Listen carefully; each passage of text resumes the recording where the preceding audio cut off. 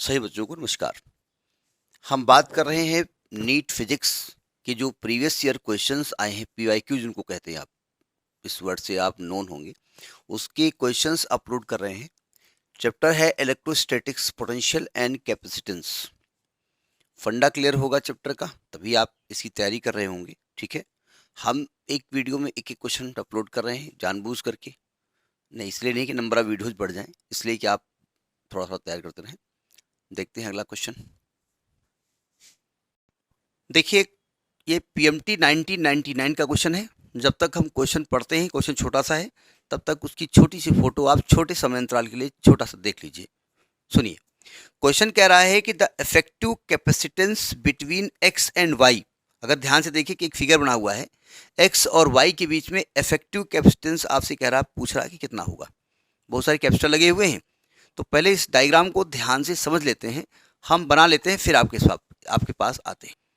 देखिए, ये डायग्राम बना हुआ है, ये एक ब्रांच एक्स वाई है, ये कैपेसिटर है, ये कैपेसिटर है, ये कैपेसिटर है, यहाँ से यहाँ के बीच में एक है, यहाँ से यहाँ के बीच में एक है। ऐसा देख के समझ में नहीं आता है। इसमें बैटरी आप यहाँ पर लगाएंगे एक्स वाई के बीच में, है ना, और ऐसे चार्ज को डिस्ट्रीब्यूट करेंगे तो लगेगा चार्ज यहाँ जाएगा, दो भागों में बटेगा, फिर यहाँ दो भागों में बटेगा, फिर यहाँ दो भागों में। बड़ा अजीब लग रहा है कि सब पैरेलल में दिख रहे हैं। तो इसका एक डायग्राम हिसाब से बनाना पड़ेगा। देखो, ए और बी के बीच में एक कैपेसिटर है। अब डायग्राम को अच्छा हम नहीं बना पाते हैं।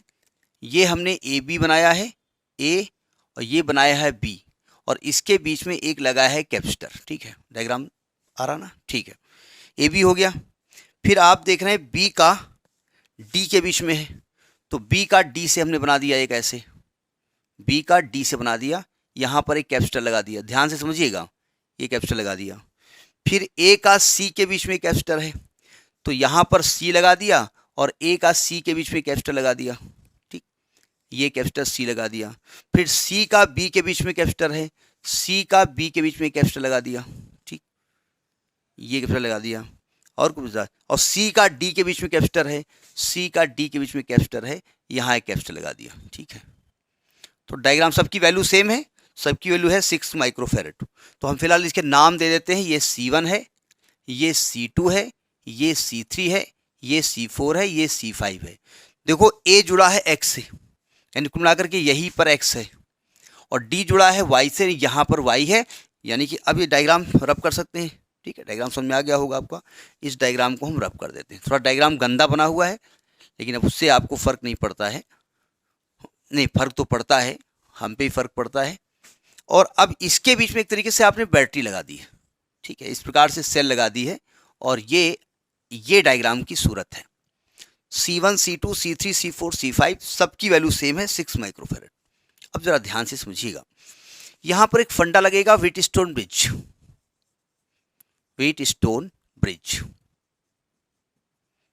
नियमतः जब ये चैप्टर पढ़ाया गया कैपेसिटर, उस समय तक व्हीटस्टोन ब्रिज स्टूडेंट को नहीं पढ़ाया गया, लेकिन जब नीट का पेपर हुआ तो ये मान लिया गया कि आपने व्हीटस्टोन ब्रिज पढ़ा होगा, भले इसके बाद में चैप्टर हो।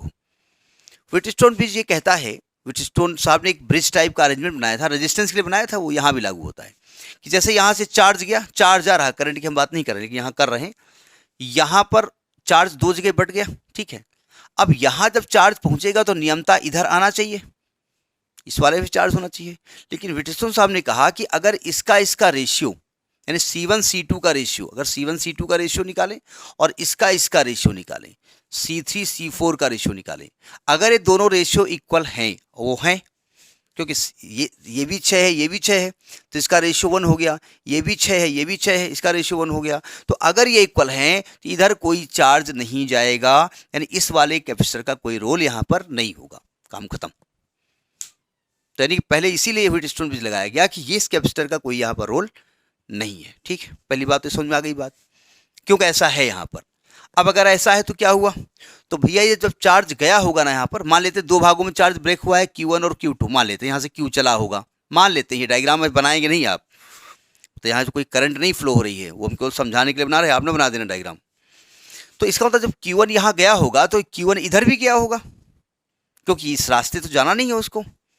तो जब सेम चार्ज ट्रांसफर होता है दूसरे कैपेसिटर में, तो आप जानते हो सीरीज में होता है। तो यानी कि C1 C2 का है में सीरीज में है, C1 और C2 हैं सीरीज में। ठीक है, तो इनका इक्विवेलेंट क्या होगा, इट्स इक्विवेलेंट हमने मान लिया है C6, पहले निकाल लिया जाए। तो यानी कि 1/C6 is equal to 1/C1 plus 1/C2, यानी 1/6 प्लस 1/6 यानी कि 2/6 यानी कि 1/3। तो C6 की वैल्यू आ गई 3 माइक्रोफैरड। ठीक है, यानी इस ब्रांच का जो टोटल कैपेसिटर है वो आपका 3 माइक्रोफैरड हो गया। यानी आप C1 C2 नहीं बचे, ये दोनों मिल करके ये वैल्यू आ गई है C6। समझ में आ गई बात।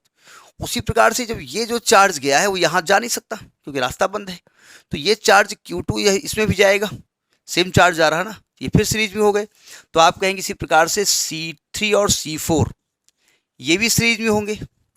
तो इनका इक्विवेलेंट हमने क्या मान लिया, इट्स इक्विवेलेंट हमने मान लिया C7, तो सेम वैल्यू आएगी ना। तो C7 की वैल्यू भी कितनी आ गई, 3 माइक्रोफैरड।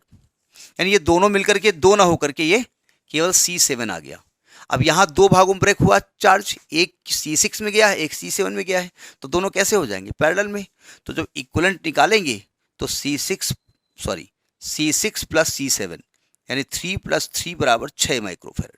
तो आपका इक्विवेलेंट भी 6 माइक्रोफैरड की वैल्यू आएगी। ठीक है, तो इसका जो पार्ट सही है that part is a part is सही।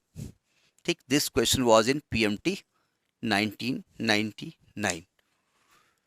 ठीक है, तो इसको करिएगा नेक्स्ट वीडियो। Thank you.